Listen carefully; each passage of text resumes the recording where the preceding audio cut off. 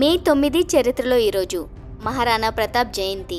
Gregorian calendar ప్రకారం 1540 మే 9వ తేదీన వీర్ శిరోమణి మహారాణా ప్రతాప్ రాజస్థాన్లోని కుంభల్గఢ్ కోటలో జన్మించారు.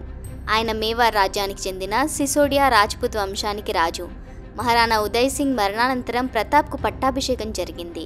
మహారాణా ప్రతాప్ మొఘల్ పాలకుడు అక్బర్ ఆధిపత్యాన్ని ఎన్నడూ అంగీకరించలేదు. ఆయనని ధైర్యంగా ఎదుర్కొన్నాడు. ప్రతాప్ పోరాట నైపుణ్యం, శౌర్యానికి సంబంధించిన అనేక విజయగాథలు ఉన్నప్పటికీ వాటన్నిటిలో హల్దీ ఘాటీ యుద్ధానికి ప్రసిద్ధి చెందాడు. ఆయన మొఘలులకు వ్యతిరేకంగా ఈ యుద్ధం చేశాడు. 1576లో జూన్ 18వ తేదీన యుద్ధం ప్రారంభమైంది. దీనిలో మొఘల్ సైన్యానికి అమీర్ రాజా మాన్సింగ్ నాయకత్వం వహించాడు. అక్బర్ సైన్యం కంటే ప్రతాప్ సైన్యం చాలా తక్కువ అయినప్పటికీ మహారాణా ప్రతాప్ ఈ యుద్ధంలో మొఘలులను ఓడించాడు. హల్దీ ఘాటీ యుద్ధానికి సంబంధించి ఈ యుద్ధంలో అక్బర్ సైన్యం ముందు మహారాణా ప్రతాప్ బలహీనపడ్డారు అని దేశంలోని కొందరు మేధావులు నమ్ముతారు. హల్దీ ఘాటీపై పరిశోధన చేసిన డాక్టర్ చంద్రశేఖర్ శర్మ ది లల్లన్ తోప్ కథనం ప్రకారం సాక్ష్యాలు చెప్తున్న చరిత్ర వేరే విధంగా ఉంది. గోపాలకృష్ణ గోఖలే జయంతి. స్వాతంత్ర సమరయోధుడు గోపాలకృష్ణ గోఖలే మహారాష్ట్రలోని రత్నగిరి జిల్లాలో 1866 మే 9వ తేదీన జన్మించారు. ఆయన భారత స్వాతంత్ర పోరాటంలో అత్యుత్తమ సామాజిక రాజకీయ సేవలకు ప్రసిద్ధి చెందారు. ఆయన భారత జాతీయ కాంగ్రెస్ మితవాది సమూహంలో ప్రభావవంతమైన నాయకులలో ఒకరు. 1905లో జరిగిన బనారస్ సమావేశంలో ఆయన కాంగ్రెస్ అధ్యక్షుడిగా ఎన్నికయ్యారు. ఈ సెషన్లో కాశీ హిందూ విశ్వవిద్యాలయానికి పునాది కూడా పడింది. తర్వాత మితవాద, అతివాద సమూహాల మధ్య విభేదాలు తలెత్తినప్పుడు పార్టీ 1907లో రెండుగా చీలిపోయింది. కానీ సైద్ధాంతిక విభేదాలు ఉన్నప్పటికీ గోపాలకృష్ణ గోఖలే గరందల్ నాయకుడు లాలా లజపత్ రాయ్ విడుదల కోసం ప్రచారం చేశారు. గోఖలే 1908లో రండే ఇన్స్టిట్యూషన్ ఆఫ్ ఎకనామిక్స్ని స్థాపించారు.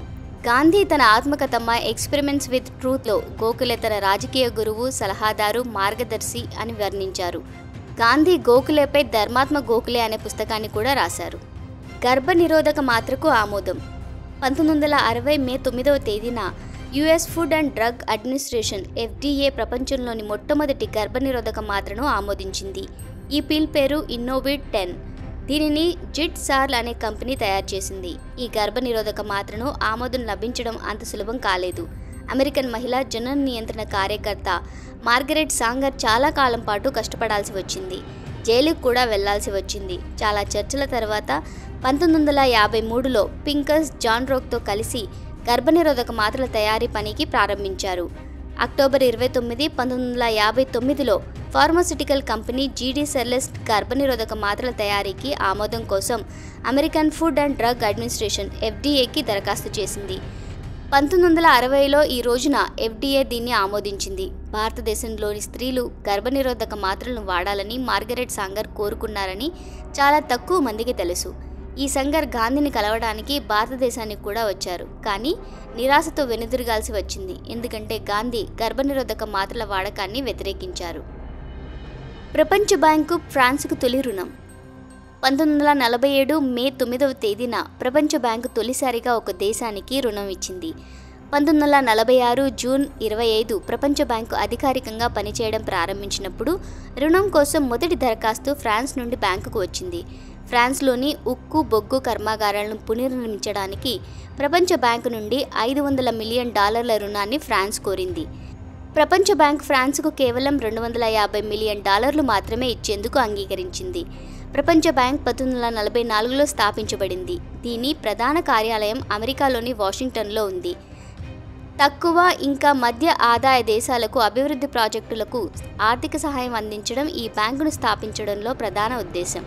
ప్రపంచ బ్యాంకు ప్రారంభం నుంచి అభివృద్ధి చెందుతున్న దేశాలకు ఆర్థిక సహాయం అందజేస్తుంది. 2020లో కూడా కరోనా మొదటి వేవ్ ఎదుర్కోవడానికి ప్రపంచ బ్యాంక్ చాలా దేశాలకు నిధులు ఇచ్చింది. నేపాల్ పర్వతారోహకుడు టెన్జింగ్ నార్గే మరణం. 1986 మే 9వ తేదీన నేపాల్ పర్వతారోహకుడు టెన్జింగ్ నార్గే డార్జిలింగ్లో మరణించాడు. 1953 29 టెన్జింగ్ నార్గేతో పాటు ఎడ్మండ్ హిల్లరీ ఎవరెస్ట్ శిఖరాన్ని చేరుకున్నారు. ఈ క్షణాన్ని ప్రపంచమంతా చారిత్రాత్మక విజయంగా గుర్తు చేసుకుంటుంది. ఈ అపూర్వ విజయం కారణంగా ప్రతి సంవత్సరం మే 29న అంతర్జాతీయ ఎవరెస్ట్ దినోత్సవాన్ని జరుపుకుంటారు. ఎవరెస్ట్ పర్వతం నేపాల్, టిబెట్ల మధ్య ఉన్న హిమాలయ పర్వత శ్రేణిలో అత్యంత ఎత్తైన పర్వతం. 1953 మే 28న టెన్జింగ్ నార్గే హిల్లరీ పర్వతారోహణను ప్రారంభించారు. మే 29 వారిద్దరూ ఎవరెస్ట్ శిఖరాన్ని అధిరోహించి చరిత్ర సృష్టించారు. అంతకుముందు అక్కడికి ఎవరూ చేరుకోలేకపోయారు. వీరిద్దరూ ఎవరెస్ట్ శిఖరాన్ని చేరుకున్న ప్రపంచంలోని తొలి అధిరోహకులుగా నిలిచారు.